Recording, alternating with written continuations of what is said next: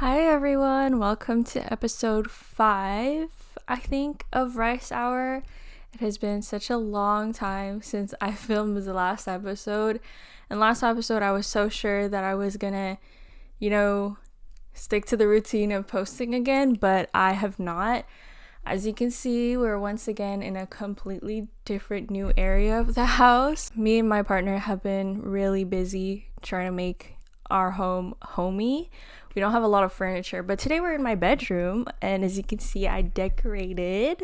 Also, if you see a little head over here, this is Shadow. I don't know if you could see him, but he's here. I don't know if he's ever made an appearance before. You want to say anything, Shadow? He's a very nice boy. Speaking of moving, this is what today's episode is going to be about. We're going to talk about everything, every stress in my stories surrounded by moving. This is actually not the first time that I moved out of my mom's house. This is actually the second time. The first time that I moved out of my mom's house, I was 19. I left home for about a year and a half, and I didn't move far. I think I moved maybe about 10 minutes away from my mom's house. I don't want to get into much detail about my mom and I's relationship, but I will say that it was very toxic at home. Both my mom and my dad were very toxic, and I had thought about moving out of the house for such a long time because my relationship with my mother was not the same at that point anymore. When I was away from my mom, I learned a lot about myself, not only learning how to cook, clean for myself, even though I did that at home. It was more just having to organize my time, because not only did I move out at 19, I also started university and I started a new job. I had a big boy job. It was such a big change for me. It was 3 big changes at the same time that I was doing, and I applaud myself, honestly. I will say it was such a hard time for me. I was very, very lonely. I was very depressed at the time, but I knew at the end of the day that my relationship with my mom would never heal unless I moved out of the house, and that's the reality sometimes, I, even to this day, get these little comments here and there of oh, you abandoned your mom, you left your mom and stuff, but I don't I don't want to tell them about the things that my mom did to me just because I don't want people to think that my mother is a bad person. It's just we have 2 different ideologies. We're completely 2 different people, but at the end of the day, she is my mother and I still do care and love for her. Although for a really long time I did resent her, I think that time when I was 19, moving out of the house was such a good thing for both of us. Our relationship healed. After a year and a half, I think at that point, me and my current boyfriend, have been together for some time, and my mother and I's relationship have been really good. And so she offered if I come stay at home, because at that time I just got a new car and financially I was not doing so good. It was hard to juggle all the finances at the same time. I moved back into my mom's house, and at the time I was thinking, I think my mom and I's relationship, we've healed from the time we've had apart, and so I think when I come back home it would be good. She was very strict about me not dating, but I had been completely upfront with her, and I was like, hey, listen, if you want me to move back home, I just want you to know I have a boyfriend.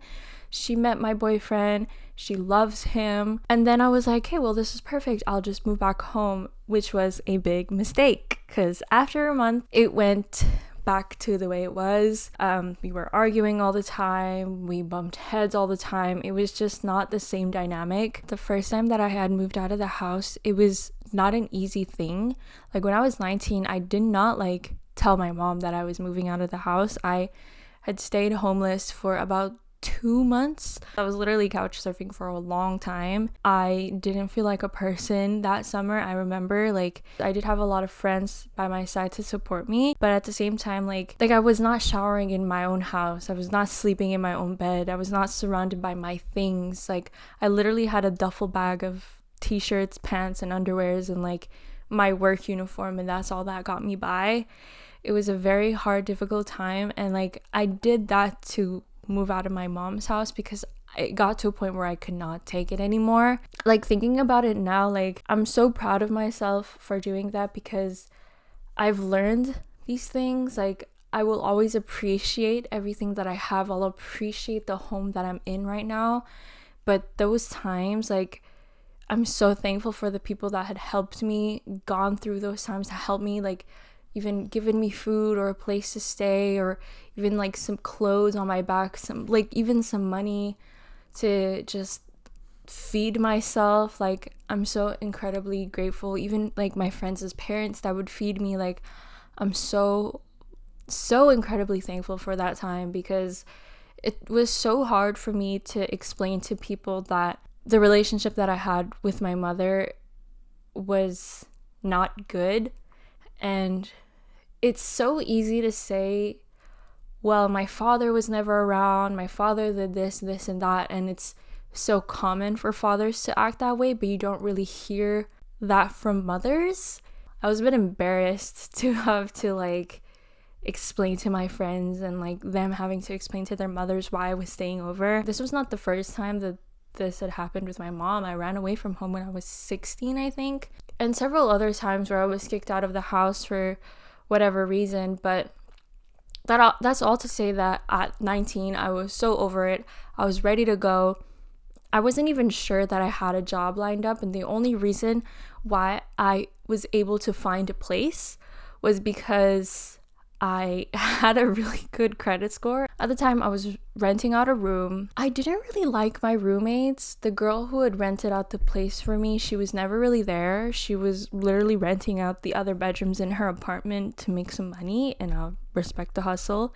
And the other roommate in school, a lot of the time, eventually after a couple months, I have not seen her. I think she just dipped. My best friend's mom found a place for me off of a Filipino Facebook group. So my roommates were Filipinos, and they were much older. Like, I don't think they knew that I was 19. For a really long time, I didn't have a roommate, because one of them stayed by her boyfriend / fiance's house, and the other one, like the other room, was just not rented for a long time.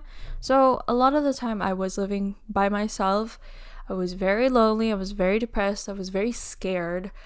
Thankfully, I don't live there anymore. The last straw for me was I got a new roommate around, I want to say either November or December of 2021. She was not clean at all. I was literally cleaning after this woman. It was disgusting. For example, in the kitchen, we were given like each other our shelves. So I was at the bottom shelf. I had one drawer and one like rack on the door, and I had made some rice, and I left so sorry for any Asian person right now, but I took the rice cooker bowl where the rice is being made, and I put it in the fridge because I didn't have that big of a container to put all that rice that I had made in a container. So I just left it in the little like thing that you make rice in, and I put the lid on top, but I flipped it upside down so that way it could enter the shelf. Anyway, rice was in there, and you know how sometimes the rice lids have little holes in them so that way the steam comes out when you're making rice? Keep that in mind.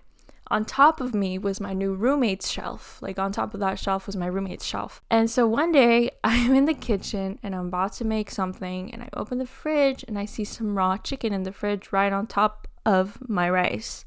But it wasn't just like, chicken that you buy from the grocery store. It was chicken that you buy at the grocery store without the plastic on top of it. The sling wrap that comes on top of the chicken that you buy, it was out. And it was just the styrofoam and the chicken on top, just raw. And that shit was leaking onto my rice because it had been in the fridge for so long. It was leaking onto my rice. Dude, the way I flipped my shit, there was no fucking way that I was living in a house where some fucking bitch's raw chicken was leaking into my fucking rice. Dude, you're crazy. Now my rice is wasted. Now my rice has to go into the fucking garbage because of her raw chicken. This story doesn't end there, because then I opened the fridge the next week and I'm like, oh my god, the chicken is gone. She finally got rid of it. She either cooked it. I don't give a fuck what she did with it as long as I did not digest that.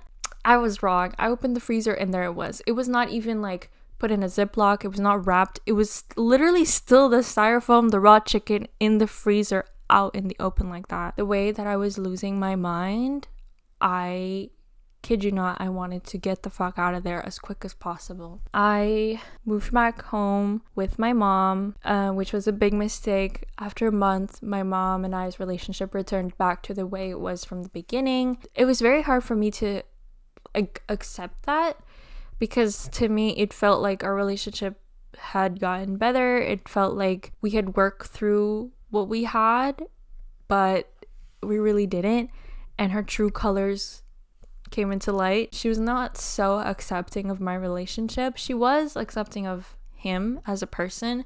She just wanted me to get married, which had sparked a lot of trauma in past relationships, and I had gotten so upset with the fact that nothing had changed between us. So I had told myself that once I graduate from university, I was going to move out of the house. And I plan to graduate in May of 2024. It's October 2024 and I have not graduated, so spoiler alert. And so by then, I had assumed that I would save enough money and I would move out of the house. I was completely wrong. The more that I was at home, the more I did not want to be at home, the more I had spent money to be outside, and the more I was not saving. I would literally do anything to get out of the house, which means I had spent more money because I was driving places, spending more gas, spending money at wherever I was going, whether I was doing an activity or spending money on food. I was not saving money at all. I had literally spent more money than I had when I was living alone. I told myself many times that, if I could survive 19 years living with my mom, I could survive another 2 years, I'll be fine. It was not planned, actually. We had not planned to live together. Like I said, I was planning to move out of the house when I graduated university. There was a lot of things that came to my conclusion to move out once again, and that was the fact that I had already moved out when I was 19, going through 3 different, major changes in my life, and I told myself I could do that shit again. I also told myself I did not want to go through the same thing that I had gone through. Nothing in my relationship with my mother was changing. Nothing in my relationship with my mother was getting better. In fact, it literally felt like I was living with a roommate. My mom and I never spoke. She did not look at me. Once my father came back to Montreal, it was like I did not exist. Mind you, I'm also an only child between those two, so it did not feel like I was loved, desired. It did not feel like I was cared for. And so I took the initiative and I was like, fuck it. Since he had to leave out of his old place and I was like down to fucking leave, we just started to look for places together. At that point, me and my boyfriend have been together for 2 years and a couple cents. We knew already that moving in together was like fairly soon in our relationship. We're very young. Our relationship is not like, it's, I would say, fairly new, but because we knew each other for such a long time, it wasn't something that like I was afraid of doing. We had a whole conversation where we made a date around this. We went on a picnic and we decided we were gonna have like concrete sit down about us living together. We were gonna talk. We talked about bills. We talked about chores. We talked about like space. So as you can see, I have my own room. I think it's very important for us, especially that we're so young, and especially that we will be sharing a space together, like at such a young age, and also very fresh in our relationship, that we do have our separate place and our separate areas, which might seem a little weird for certain people. I know that I've had a lot of conversation with people telling me like, oh, well, why are you moving in with your boyfriend if you guys are not going to sleep in the same bed? Who says that we don't sleep in the same bed? It created a good boundary for both of us where like we get to do what we want to do in our own space. Like, for example, we don't have the same ideas of aesthetic. Like, he doesn't really have a lot of knickknacks here and there. He's very minimalist and I'm very maximalist. I like a lot of shit and a lot of things everywhere. In terms of like our living room, our kitchen, and our bathroom, like we come to a compromise for that. I think having our separate rooms really helps a lot because he also works from home. So I don't want to be like coming home one day after work and like I want to flop in bed, but he's in the room, doing work. The living room situation was just not going to be it. What if I want to hang out in the living room? What if I make a little bit too much noise watching TV? What if I want to watch TV? Like, I don't want to be restricted to the other places in the house just because he's working. So the moving part was a lot better in terms of my relationship with my mom. When she asked me if I was moving out, I told her I was being honest. I told her I was moving out. When I told her who I was moving out with, the conversation seemed very civil. A little part of me felt a little bit guilty because she wasn't upset. She was very like calm, cool, and collected until the very last second. And she said something to me that stuck with me forever. She said, well, if you want to die in hell, that kind of confirmed and validated my decision to move out. So I did. Finding this place honestly was very shocking. I had seen 4 places. I think with Calvin I saw 3. There was only 2 other places other than this one that we really wanted to get. We applied for both of them, but this place I had saw on Facebook Market for like a couple times. I just assumed that it was a scam because the pictures were a little too nice. I was like, fuck it, let me message the guy. I'm not actually gonna get scammed, but like every time I message a place that I think is too nice, it's always like a scam message. So I was like, let me shoot my shot. Shot my shot. The guy messaged me back literally within the same hour, and he's like, you want to come see it tomorrow? And I was like, fuck it. I texted Calvin. We came to see it the next day. And I was very pleasantly surprised. The place looked exactly like the pictures. What sold me was the bathroom. And, ooh, y'all are not going to believe this. I have a washer dryer in the house. Whew. For a lot of people, that might not be a luxury, but that is a luxury for me. I have a washer dryer. So we ended up signing the lease. We paid half of the rent, half of 1 month's rent to move in before July 1st. So we moved in mid-June, which was very good for us because one, I was moving the same weekend that my parents were going to be out of town, so I didn't have no stress with that. And 2, renting out a truck not on July 1st is 1,000 times more cheaper than actually having it on July 1st. So there's just more pros. We had my best friend and Calvin's best friend help us move. I remember the first night, it was so weird to wake up in my own space. My favorite part was when me and Calvin got the email that we got the place. Oh my god, the way we were so excited. None of the places were like perfect, and we were not looking for anything perfect. We were literally looking for a place that we could live in, and whatever place that we had, we were going to turn it into our home. But this place was perfect. It was freshly painted, it was freshly renovated, a lot of things were new, and so we're very, very pleasantly surprised and very happy with the fact that we were able to get this place as our first place together. We were not expecting something so nice, I'd say. After we signed the lease, I'm not gonna lie, we did not see this man. We don't have a copy of our lease, but I believe that we will see him soon. At first I had a lot of trouble adjusting to moving to this place. I live in a completely different neighborhood to where I used to live. It's a very immigrant neighborhood, but it's very French. I was so used to living so close to everybody. When I moved out of my mom's house, I was 10 minutes away from my mom and like literally walking distance from a lot of my friends. I was still in the neighborhood, like I was still in the same borough. So I wasn't that far from everybody, but now I feel more further, and I had such a hard time adjusting to that. We also live in a neighborhood where we don't know anybody here. I felt like I was dependent on him for a really long time. I felt like I could never be by myself or do things by myself because I was not familiar with the area.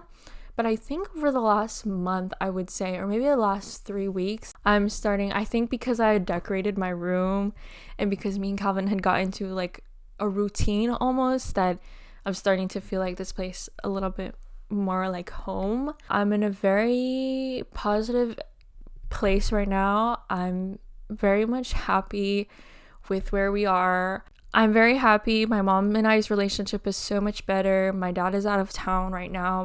Me and my mom have seen each other like 3 times a week, so 2 or 3 times a week since my dad had left. So we're really good. Like, we text each other a lot. We send each other a lot of memes. And yeah, I think this space that my mom and I have have been really good to both of us. It's been so good for our relationship. And like I said, honestly, sometimes all you need from your parents is space. And one thing my therapist had told me, and that I had stuck with, is spend more quality time, not quantity time. And I will leave it at that.